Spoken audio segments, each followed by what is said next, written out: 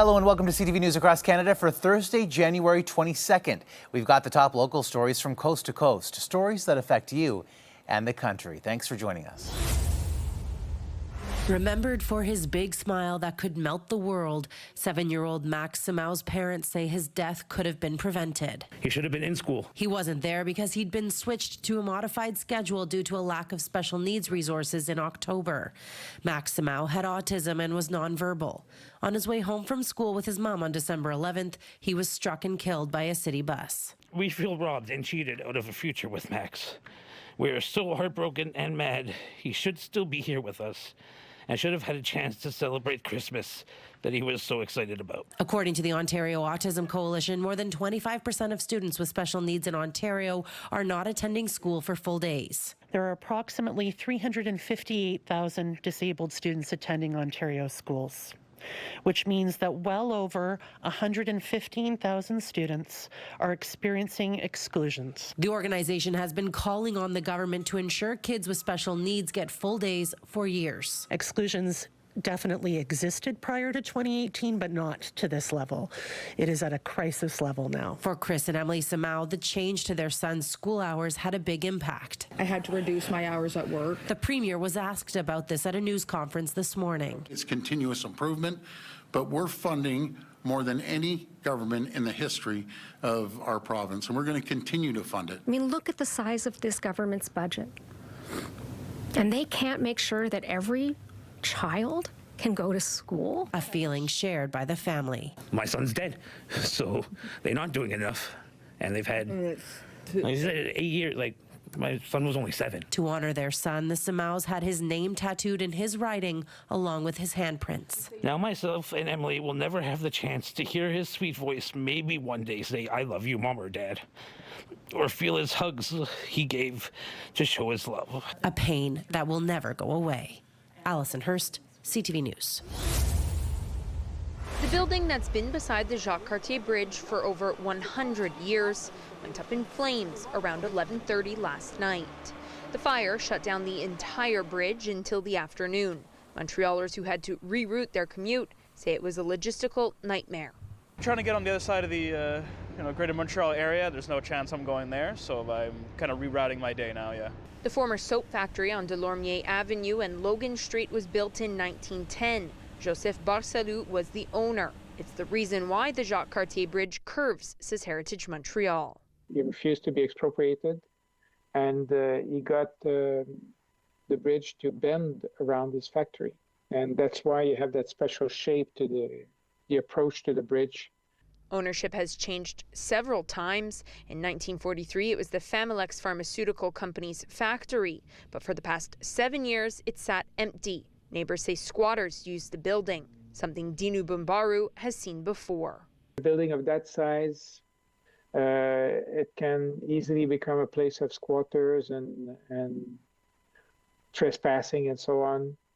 It has been seen other places like that were lost to fires. Police say there are no reported injuries. They are now in charge of the investigation and will determine the cause of the fire. We are not investigating a criminal, an arson at this point, but it is something on the table that will be investigated. The Breton Development Corporation purchased the historic building in October 2020. In a statement to CTV News, it says, "We were planning to begin a project on this site in the near future, which included integrating this building of historical interest to the neighborhood. However, the project has been temporarily put on hold." Firefighters worked through the night and day to put out the fire. Operations Chief Martin Guibault says freezing temperatures make their job harder than usual.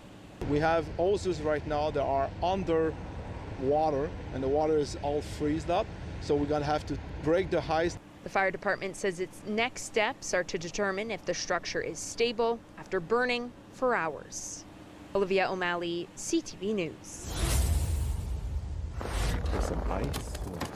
Before driving lessons even begin, Young Drivers of Canada instructor Keith Chin tells his students a circle check is a must, especially when there is snow and ice buildup. Look around, make sure your windshield and your roof is ice or snow free. This year's weather has made things extra tricky. We've been getting a lot of cancellations of road tests, which is a disappointment for a lot of students because they want to get their license before the spring. When snow and freezing rain starts to fall, there is one thing that Keith keeps at the top of his list to remind students of. Well, we need to slow our speed down, and I would say much lower, like 5 to 10 kilometers lower. Again, it depends on the road conditions. He also emphasizes the importance of a safe following distance in slick conditions because the time it takes for your vehicle to stop increases. We try to keep at least a 3 to 4 second distance from the car in front of us, especially when we're coming into an intersection, when we're slowing down. I'm going to leave some distance or space. It's something OPP Sergeant Ed Sanchuk said drivers were not doing on Wednesday as roads began getting messy. People, too, are, again, riding each other's bumpers. They're trying to pass unsafely. Listen, if you want to end up in a ditch or become involved in a crash, that's a good way to do that. He didn't mince words as he explained the factors contributing to crashes across southern Ontario, echoing some defensive driving tips, such as if your vehicle starts to slide. Take your foot off that gas pedal, steer yourself out of that slide, and just take your time. Don't stare at the ditch. Don't stare at anywhere else except where you want to go. He adds it's also a great idea to pack an emergency kit in the event you break down, crash, or have to pull over until conditions improve. Both police and Young Drivers of Canada hitting home the point that it's better to take your time in order to get to your destination safely rather than not get there at all. Spencer Turcotte, CTV News, Kitchener. Traffic in Halifax isn't always bad, but when it is, it's terrible. I remember, I think a year ago, they were doing work on the bridge, and I didn't really realize, so I was, I think, 2.5 hours on North Street. GPS company TomTom just released their 2025 traffic index, and it shows many motorists in the city are experiencing the same thing. The average travel time for a 10-kilometer drive around the city is almost 26 minutes. That increases to 30 minutes and 18 seconds during morning rush hour and 33 minutes and 42 seconds during the evening commute. Over the course of the year, that translates into 111 hours people spent in their vehicles during rush hour, the equivalent of 4 days and 15 hours. That's 3 hours and 50 minutes more than in 2024. Nova Scotia's Premier says there are things that can be done. Looking at the high occupancy vehicle lanes for sure, looking at the synchronization and the flow of lights along major thoroughfares. So there are ways we can move things. Digital message signs are also in place along major routes around the city, displaying travel times to various destinations. It gives drivers a much better opportunity to make driving decisions that will save time. The extra congestion can partially be connected to population growth and return to office policies. Dalhousie University traffic professor Hassan Habib believes the city needs to get people out of their cars and onto some form of transit for congestion to be alleviated. We need alternative public transit, and the evolution of the city needs an evolution of transportation system, and public transit should be in that portfolio. Until mass rapid transit options are in place, drivers in the city might as well get comfortable behind the wheel.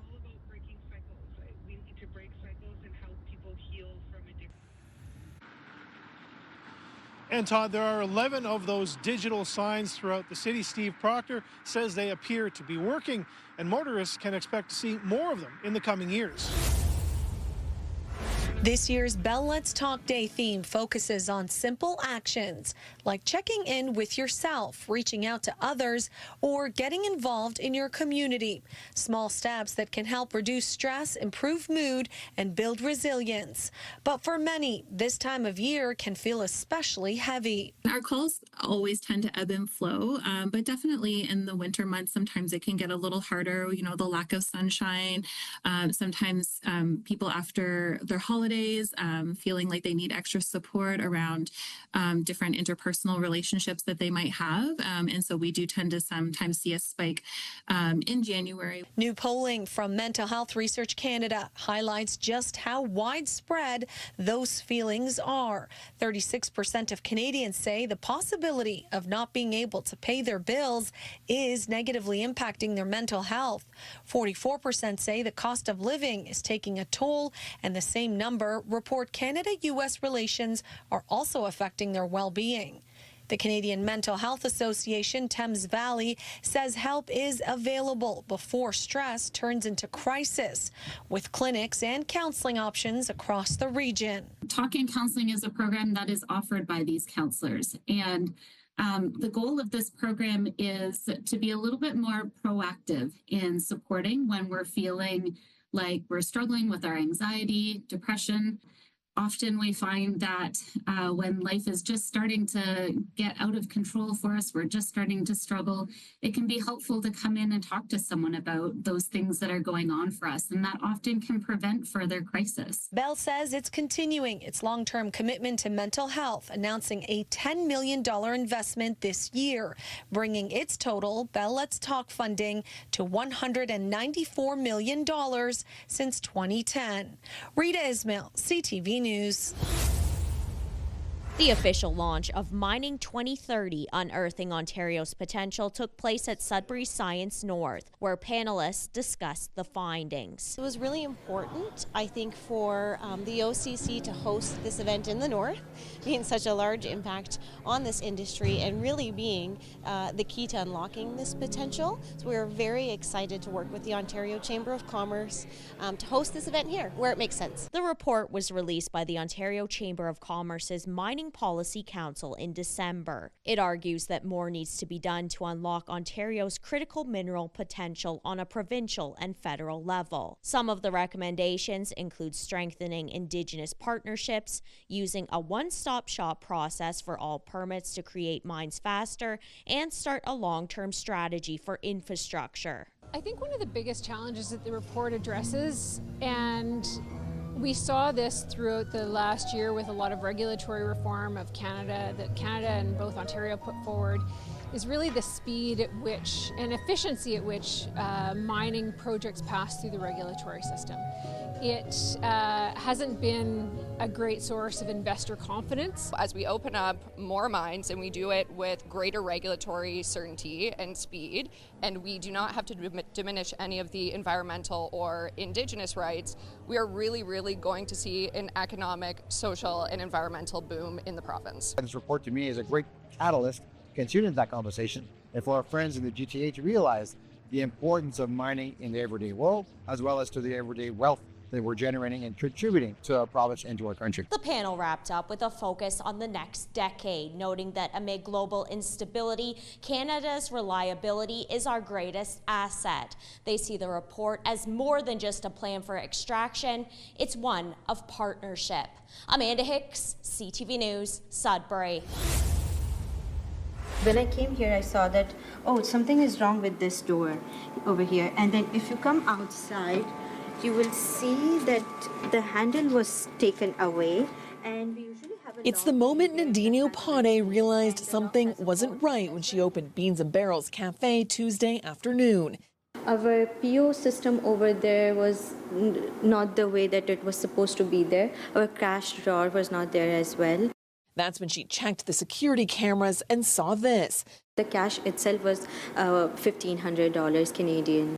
The footage shows two individuals ripping the till from the computer before taking off with the cash inside just before 6 o'clock in the morning. Usually there's only one person working here at our cafe. It does impact our mental health in a day that, oh, we're not safe at the end of the day. The break-in comes as the past year has seen a number of businesses in the Byward market close, some citing safety concerns. According to the Ottawa Police Service online crime map, there have already been 2 break-ins this year, along with more than a dozen reported petty thefts in the area. Just in the market, right? It's Centertown, Sandy Hill, Beacon Hill. Anywhere where you have a lot of retail, we are hearing more and more of these kinds of problems. Morning, everyone.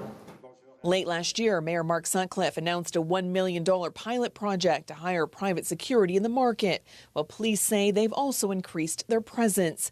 But for staff here, Nadini says, especially at night and early morning hours, more visible checks could make a difference. I know that their resources are limited at the end of the day, but I feel like as a small business, it would really mean a lot for us if they could come to us and check up on us. Police say they are investigating. The cafe is hoping to reopen before the weekend.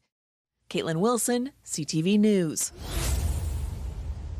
Robin Tonello has been denied bail a week after he was arrested by provincial police, accused of 2 counts of impaired driving causing death in the crash that killed his 61-year-old passenger, Mark Wytock, and this man, 50-year-old Michael Sutcliffe of Gravenhurst, this past summer. Sutcliffe, described by his family as a loving father, uncle, brother, and son, died of his injuries despite efforts to save his life. According to police, the deadly crash happened August 5th at about 6:45 p.m.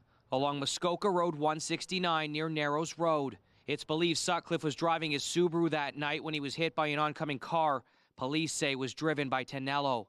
Investigators revealed Tonello was airlifted to Toronto with life-altering injuries. Wytock of Muskoka Lakes Township died at the scene. Tonello's wife proposed herself as his surety, pledging $6,500 to get him out of jail under strict conditions, including house arrest with a GPS ankle monitor. The Justice of the Peace denied his bail plan and ordered Tonello, who appeared by video sitting in a wheelchair, back into custody. According to court records obtained by CTV News, Tonello was charged in March of 2024 with driving without insurance, with an open container of liquor, and having cannabis readily available, along with possession of a Schedule I drug. Those charges were withdrawn in early 2025. Around the same time, Tonello was charged with assaulting a man and threatening a woman in separate incidents. Tonello remains in custody and is scheduled to make his next appearance in a virtual courtroom next week from jail in Penetanguishene. The allegations against him have not been tested in court. Mike Arsledy, CTV News, Barrie. We are in the fight of our lives here. Canada's auto sector is raising alarm after a federal trade deal with China that will allow up to 49,000 Chinese-made electric vehicles into the country each year. Industry leaders, labor groups, and Ontario's premier say they were not consulted, warning the move could threaten jobs, investment, and the future of domestic vehicle manufacturing. The federal government's decision to open the Canadian market to Chinese EVs is deeply concerning. The Canadian Vehicle Manufacturers Association says Canada's auto industry depends on secure access to the U.S. market and argues diversification is not realistic. Diversification is not an option for automotive. Canada's market alone is too small to justify large-scale manufacturing. Auto parts manufacturers say the deal undercuts protections put in place to seed electric vehicle investment in North America. Making that concession in this moment makes the entire Canadian auto sector on shakier ground. APMA President Flavio Volpe warns the scale of the deal could quickly ripple through the industry. 50,000 cars is about a shift at an auto plant. And a shift is 1,000 workers. It might be 5,000 supplier workers. Labor leaders say workers fear a repeat of past trade deals that led to plant closures and job losses. Auto workers are extremely worried about their future. Ontario Premier Doug Ford says the province, labor, and industry are united in calling for a Team Canada approach, wanting the feds to drop their EV mandate and the fees around building or buying the vehicles. We're sending a united message about the need to stand up in defense of Canada's economy. Ford says he was disappointed the Prime Minister did not consult him or industry leaders before reaching the new China deal, urging Ontarians to boycott Chinese-made vehicles. Boycott the Chinese EV vehicles. Support companies that are building vehicles here. It's as simple as that. This is a Team Canada approach. We got to stick together. The federal government has said the deal reflects a need to diversify trade partners as the United States reshapes its trade relationship with Canada. Ford noted he and other Canadian premiers are meeting with Prime Minister Carney next Wednesday. Ford says it's then he plans to hear what the national plan is to protect Ontario's auto workers. See, they're all piled in here. Edward Landy has been a registered gun owner for decades. This is the SKS. Sometimes it's on the banned list. But he says the federal government's gun buyback program, which launched on Monday, has left him confused and frustrated. Well, it leaves you up in the air. The federal government has outlawed about 2,500 types of guns, including AR-15s. Owners of these firearms have until October to turn them in or permanently deactivate them. Landy says with no computer, he's not sure yet if his firearms are included in the program. I'll have to get my friends to help me out with their computers so I can figure out whether my guns are are legal or banned. Even if they are, he's not sure what his next steps should be, given the program's poor reception. There's a lot of places that are saying we're not doing it anymore. We're not going to start, so forget it. The provincial government has said it won't administer the federal program. Our government doesn't think this is the most effective way to impact crime. Still, Justice Minister Matt Wiebe says gun owners will have to comply with the federal law. There's going to be, avenues that they can do that with the City of Winnipeg, with the RCMP, again, with no provincial resources deployed. The Winnipeg Police Service is one of the only local jurisdictions in Canada to sign on to the program so far, with a $2.8 million agreement to collect the assault-style firearms. Police tell CTV News their role begins only after an eligible gun owner has completed an online form with Public Safety Canada to surrender their firearm. If a resident of Winnipeg is approved for compensation by Public Safety Canada, arrangements will be made for them to turn their firearms over to the WPS. So, for Landy, he says he's waiting for more details. But if one of his guns is banned, I would probably just have it destroyed. Now, gun owners have to let the government know by the end of March if they are planning to surrender a firearm and get compensation for it. The federal government says that amnesty period for these prohibited guns will end on October 30th. Residents of this tent community on the edge of the downtown are chopping wood to keep the fire burning as temperatures drop. Like we got buddy here chopping our wood to keep us all warm, and we all stick together. And the camp is located next to Carmichael Outreach, which has been keeping its doors open around the clock this winter to those seeking protection from the cold. Seeing a large number of people access their services to date, it's going to be 8,205 individuals who do utilize their services throughout the night.